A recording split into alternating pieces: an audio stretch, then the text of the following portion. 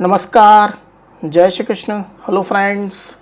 मकर राशि, मकर लग्न, Capricorn sign, Capricorn ascendant, no contact situation के ऊपर रीडिंग कर रहे हैं। अगर आप अपने पार्टनर के साथ में नो कॉन्टैक्ट सिचुएशन में हैं, आपके और आपके पार्टनर के बीच में कोई भी कम्युनिकेशन नहीं है, कोई भी बातचीत नहीं है, या अगर बातचीत है भी तो थोड़ी बहुत ही है, हाय हेलो तक ही सीमित है, तो अगर ऐसी स्थिति आपकी है तो ये रीडिंग आपके लिए। इस रीडिंग में हम आपके पार्टनर की एनर्जी, उनकी फीलिंग्स और उनका पॉसिबल नेक्स्ट एक्शन क्या हो सकता है चेक करने का प्रयास करेंगे। तो रीडिंग इंटरेस्टिंग होगी, अंत तक बने रहें। इस रीडिंग को आप अपने पार्टनर के लिए देख सकते हैं। आपके पार्टनर मतलब आपके लव रिलेशनशिप के पार्टनर हो सकते हैं, आपके लाइफ पार्टनर हो सकते हैं, आपके एक्स हो सकते हैं, मैरिड अनमैरिड कोई भी पर्सन इस रीडिंग को देख सकता है। साथ ही साथ इस रीडिंग को आप अपनी चंद्र राशि यानी कि आपकी जो मून साइन है या फिर आपका जो लग्न है असेंडेंट, उसके अनुसार देखिए। तो चलिए देर न करते हुए आगे बढ़ते हैं। अपने पार्टनर का 3 बार नाम लीजिए और उनके बारे में अच्छा सोचिए। यूनिवर्स प्लीज गाइड कीजिए, यूनिवर्स प्लीज गाइड कीजिए। मकर राशि, मकर लग्न, Capricorn sign, Capricorn ascendant, Capricorn sign, Capricorn ascendant के मेरे व्यूवर्स के लिए गाइड करें universe. Capricorn sign, Capricorn ascendant के मेरे व्यूवर्स के लिए गाइड करें universe. Capricorn sign, Capricorn ascendant के मेरे व्यूअर्स के लिए गाइड करें। नो कॉन्टैक्ट सिचुएशन, कैप्रिकॉन के पार्टनर की फीलिंग्स क्या चल रही, गाइड करें। नो कॉन्टैक्ट सिचुएशन, कैप्रिकॉन के पार्टनर की फीलिंग्स कैप्रिकॉन के लिए क्या चल रही, गाइड करें universe. No contact situation, Capricorn के पार्टनर की करंट फीलिंग कैप्रिकॉन के लिए क्या चल रही है। नो कॉन्टैक्ट सिचुएशन, कैप्रिकॉन के पार्टनर की फीलिंग ना कैप्रिकॉन की क्या चल रही है।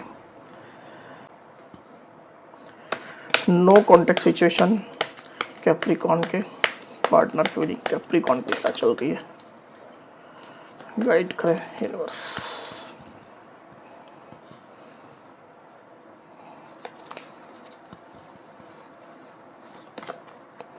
होप,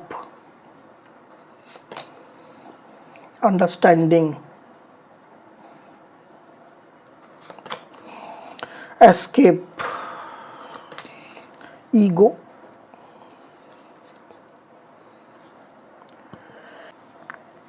कार्ड्स को क्लैरिफाई कर लेते हैं फिर आगे बढ़ेंगे।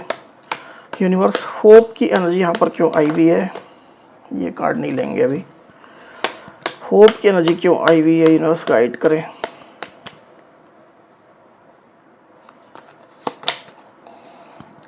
फाइव ऑफ कप्स, अंडरस्टैंडिंग की एनर्जी को प्लीज क्लैरिफाई करिए यूनिवर्स।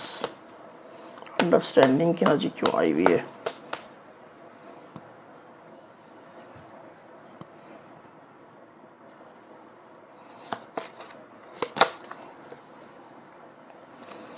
द एम्परर, एस्केप की एनर्जी यहाँ पर क्यों आई हुई है, गाइड करें यूनिवर्स। एस्केप की एनर्जी क्यों आई हुई है।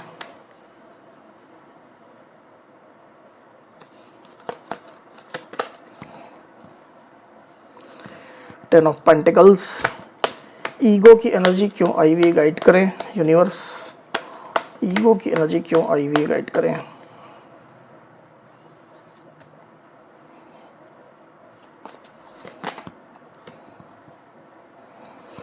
The empress, okay. तो कार्ड्स आपको क्लियरली दिखाई दे रहे होंगे आई होप। साइन राशि यहाँ पर जो आई हुई है वो है कैंसर, स्कॉर्पियो, पाइसिस मतलब कि कर्क, वृश्चिक, मीन, एरीज मतलब कि मेष, टॉरस, वर्गो, कैप्रिकॉन मतलब कि वृषभ, कन्या, मकर। तो इतनी साइन, इतनी राशियां अभी यहाँ पर आई हुई है। आगे और जो कार्ड्स लेंगे उसमें और साइन राशियां आ जाएंगी। वैसे भी ऑल साइन रीडिंग है, आपके पार्टनर जिस भी साइन के हो आप इस रीडिंग को देख सकते हैं। तो कैप्रिकॉन यहाँ पर कार्ड्स आ चुके हैं। आपके पार्टनर की जो फीलिंग्स के कार्ड निकल करके आए हैं उसमें मुझे ऐसा दिखाई दे रहा है कि आपके पार्टनर को कुछ प्राइड इश्यूज हो सकते हैं, ईगो इश्यूज हो सकते हैं। आपके पार्टनर खुद को सुपीरियर समझते हैं, बाकी लोगों से ऊंचा समझते हैं और इस चीज़ में वो प्राइड लेते हैं। हो सकता है कि उनके पास कुछ चीज़ें हों, मटेरियलिस्टिक रिसोर्सेज हों, ज़्यादा ब्यूटीफुल हों, हैंडसम हों, या ऊंचे पद प्रतिष्ठा में वो हों, अच्छा बिजनेस करते हों, अच्छे पैसे रुपए वाले हों। कोई भी ऐसी चीज़ हो सकती है जिसका उनको ईगो है, जिसका उनको अहंकार है। या बाय नेचर भी आपके पार्टनर इगोइस्टिक नेचर के हो सकते हैं। उन्हें अपनी चीज़ों का घमंड है, जो उनके पास जो चीज़ें हैं, मटेरियलिस्टिक रिसोर्सेस है, वो दूसरों के पास नहीं है। ज़्यादा वो क्रिएटिव हैं, ज़्यादा इंटेलिजेंट हैं, ज़्यादा पॉजिटिव हैं। किसी भी चीज़ को लेकर के उनका ये ईगो हो सकता है। एक या ज़्यादा फैक्टर भी हो सकते हैं ऑब्वियसली। तो आपके पार्टनर अभी भी कहीं ना कहीं अपनी ईगो में ऑपरेट कर रहे हैं। उनका ये ईगो बिल्कुल भी कम नहीं हुआ है। इस तरह की एनर्जी निकल करके आई हुई, आपसे दूर है, नो कांटेक्ट में, इसके बावजूद भी आपके पार्टनर खुद में ईगो में है। अपने आप को अभी भी वो आपसे ऊंचा समझ रहे हैं, सुपीरियर समझ रहे हैं। उनको ये भी महसूस होता है कि जो वो करते हैं वो एकदम परफेक्ट होता है, उसमें कोई भी गलतियां नहीं होती है। वो 100% परफेक्ट काम करते हैं, और जो अभी तक उनने किया है, आपके साथ किया है या इस रिश्ते में किया है, वो भी एकदम परफेक्ट रहा है। उनके साइड से वो 100% परफेक्ट है। आप में खामियां हो सकती हैं, बाकी लोगों में खामियां हो सकती हैं, देखने वालों में खामियां हो सकती हैं, पर उनमें कोई खामी नहीं है। अपने आप को इम्परफेक्ट मानने को, 1% भी इम्परफेक्ट मानने को वो बिल्कुल भी तैयार नहीं है। इस तरह के मोड में आपके पार्टनर ऑपरेट कर रहे हैं, और बाय नेचर उनका ऐसा ही हो सकता है। जब वो रिलेशनशिप में था आपके साथ, तो भी वो इस तरह का ही नेचर रखते थे। स्वभाव उनका ऐसा ही था, और स्वभाव में परिवर्तन इतनी आसानी से होता भी नहीं है। उनको ये भी महसूस होता था कि ठीक है, अगर एक रिश्ता चला गया, एक रिलेशन चला गया, तो और भी रिलेशन आ जाएंगे। मल्टीपल रिलेशन के ऑप्शन उनके सामने थे। मल्टीपल रिलेशन में वो आ सकते थे, कभी भी आ सकते थे, जब जिसे चाहे पसंद कर सकते हैं, जिसको चाहे अपनी लाइफ में ला सकते हैं। इस तरह का अहंकार, इस तरह का ईगो उनके अंदर ऑपरेट कर रहा है। अभी भी मुझे ये एनर्जी फील हो रही है। मुझे ऐसा भी दिखाई दे रहा है यहाँ पर कैप्रिकॉर्न की, जब कमिटमेंट देने की बारी आई रिश्ते में, जब रिश्ते में स्टेबल होकर के ग्राउंड लेवल में जब काम करने की बारी आई, प्यार मोहब्बत तो ठीक है, अलग बात है, प्यार मोहब्बत कर लिए, रिलेशनशिप इंजॉय कर लिए, पर जब रिश्ते को नाम देने की बारी आई, अपने साइड से 100% एफर्ट देने की बारी आई, तो जैसे कि आपके पार्टनर भाग खड़े हुए, उनको डर लगने लग गया, उनके अंदर निगेटिविटी हावी होती चली गई। इतना ईगो, इतना प्राइड होने के बावजूद भी आपके पार्टनर अंदर से स्केयर्ड रहने लग गए, डर लगने लग गया उनको, सिचुएशन को लेकर के, रिश्ते को लेकर के, कमिटमेंट को लेकर के, डेफिनेटली। और आपके पार्टनर सिचुएशन को छोड़ करके भाग खड़े हुए। जैसे ही उनको कठिनाई दिखने लग गई, जैसे ही उनको लगा कि उनको कंफर्ट जोन से बाहर निकलना होगा, काम करना होगा, हार्ड वर्क करना होगा रिश्ते के लिए, रिश्ते को पाने के लिए, आपको पाने के लिए, वो एकदम छोड़ करके भाग गए, आपसे दूर हो गए, आपको कट ऑफ कर दिया। उनको और जो सरल ऑप्शन थे उनके सामने, वो दिखाई देने लग गए। इस तरह की एनर्जी में आपके पार्टनर चल रहे थे। रिलेशनशिप उनने आपके साथ इंजॉय किया, अच्छा समय आपके साथ बिताया, पर जब आपके साथ फैमिली बनाने की बारी आई, कमिटमेंट देने की बारी आई, या फैमिली के प्रेशर जब आने लग गए, आपके फैमिली के हो सकते हैं या उनके फैमिली के प्रेशर हो सकते हैं, तो आपके पार्टनर ने पतली गली से निकलना उचित समझा, वही उनको सही लगा। क्योंकि इतना स्ट्रगल, इतनी मेहनत आपके पार्टनर नहीं कर सकते थे। भले ही अपना ईगो दिखाएं, अपना अहंकार दिखाएं कि मैं तो ऐसा हूँ, मैं तो वैसा हूँ, मैं तो ऐसी हूँ, वैसी हूँ, इसके बावजूद जब काम करने की बारी आई, जब एक्चुअल में रिक्वायरमेंट थी, तब वो काम नहीं कर पाए और रिश्ते को छोड़ करके भाग खड़े हुए।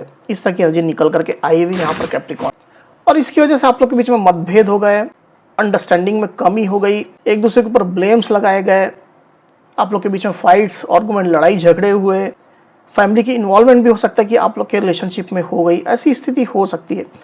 अगर आप मैरिड है, अपने पार्टनर के साथ ही मैरिड है, तो डेफिनेटली फैमिली की इन्वॉल्वमेंट है, और फैमिली की जिम्मेदारियों के चलते आपके पार्टनर ने आपको छोड़ दिया, रिलेशनशिप से भाग खड़े हुए, ऐसी एनर्जी हो सकती है आपकी। और आप लोग के बीच में जो सेपरेशन चल रहा है, जो नो कॉन्टेक्ट सिचुएशन चल रही है, वो अब लंबी खिंचती चली जा रही है। इसकी वजह से आपके पार्टनर को अपने अंदर भी झांकने का मौका मिला है। खुद को सुपीरियर समझते हैं, इसके बावजूद भी समय तो उनको मिल रहा है, रिलेशनशिप से ब्रेक तो उनको मिला ही है।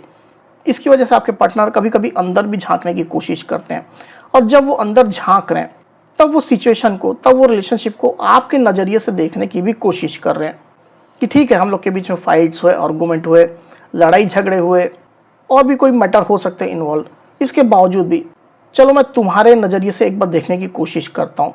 तो इस तरह की कोशिश आपके पार्टनर कर रहे हैं। इस तरह की एनर्जी निकल करके आई हुई यहाँ पर। जेंडर स्पेसिफिक रीडिंग नहीं है, आप जिस जेंडर के हैं और आपके पार्टनर जिस जेंडर के हैं, उसके अकॉर्डिंगली आप इस रीडिंग को लीजिए। और जब आपके पार्टनर सिचुएशन को आपके नज़रिए से, आपके व्यू से देखने की जब कोशिश कर रहे हैं, तो उनको कहीं ना कहीं ये भी रियलाइज़ हो रहा है कि उनने रिलेशनशिप को एक तरफा चलाने की कोशिश की, आपकी भावनाओं की कद्र नहीं की, आपकी इमोशंस की, फीलिंग्स की उनने कद्र नहीं की, रिश्ते को कंट्रोल करने की कोशिश की, आपको दबाने की कोशिश की, खुद को सुपीरियर साबित करने की कोशिश की, तो मल्टीपल फैक्टर्स उनके सामने धीरे करके निकल करके आ रहे हैं, जिसको आपके पार्टनर धीरे धीरे करके ही रियलाइज़ कर रहे हैं। ऐसा नहीं है कि सब चीज़ उनको रियलाइज़ हो चुका है, इस प्रोसेस से आपके पार्टनर अभी गुजर रहे हैं। उनको धीरे धीरे करके अब ये भी समझ में आने लग गया है कि आपको भी बराबर मौका देना चाहिए था, आपको भी अपनी बात रखने का, आपको भी अपनी साइड रखने का बराबर मौका देना चाहिए था, जो आपके पार्टनर ने एक तरफा चलाते हुए, रिलेशनशिप को कंट्रोल करते हुए बिल्कुल भी आपको दिया नहीं। जो वो चाहते थे वैसा हो, उनके हिसाब से रिलेशनशिप चले, सब चीज़ें उनके हिसाब से हो, उनके हिसाब से जो टाइमिंग सही है उस टाइम पर हो, तमाम चीज़ों के ऊपर जैसे उनका कंट्रोल था। पर अब धीरे धीरे करके उनको रियलाइज़ हो रहा है, आपका पेन, आपका दर्द भी आपके पार्टनर धीरे धीरे करके समझ पा रहे हैं कि आप कैसे इमोशनल लॉस की स्थिति में गए होगे। आपको भी दुख महसूस हुआ होगा, आपका भी दिल टूटा होगा, आपको भी बुरा लगा होगा, आप भी निराश हुए होगे, डिसअपॉइंटेड हुए होगे। इस बात का रिग्रेट भी आपके पार्टनर को धीरे धीरे करके अब हो रहा है। हालांकि ये एकदम इनिशियल स्टेज है, कोई बहुत बड़ा रिग्रेट अभी नहीं हुआ है, पर ठीक है, अंदर झांक रहे आपके पार्टनर तो धीरे धीरे करके कुछ ना कुछ चीज़ तो निकल रही है, कुछ ना कुछ बातें निकल रही है जिसको समझ तो पा रहे हैं। और अब आपके पार्टनर को ये महसूस होने लग गया है कि क्यों उनने इस रिश्ते के साथ अन्याय किया, क्यों आपके साथ अन्याय किया।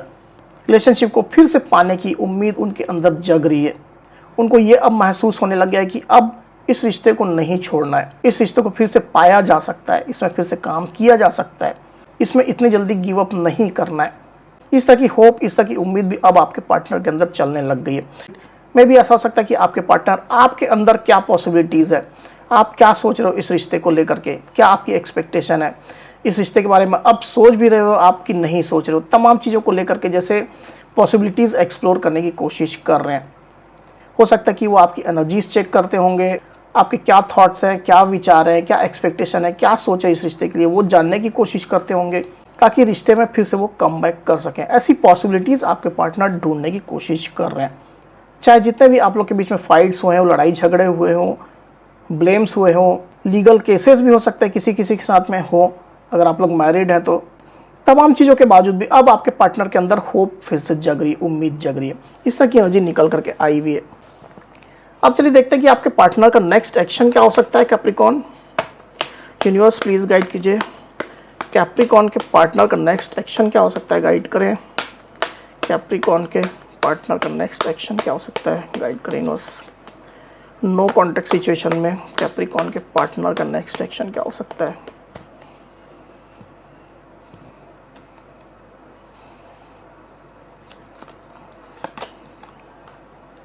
Seven of swords,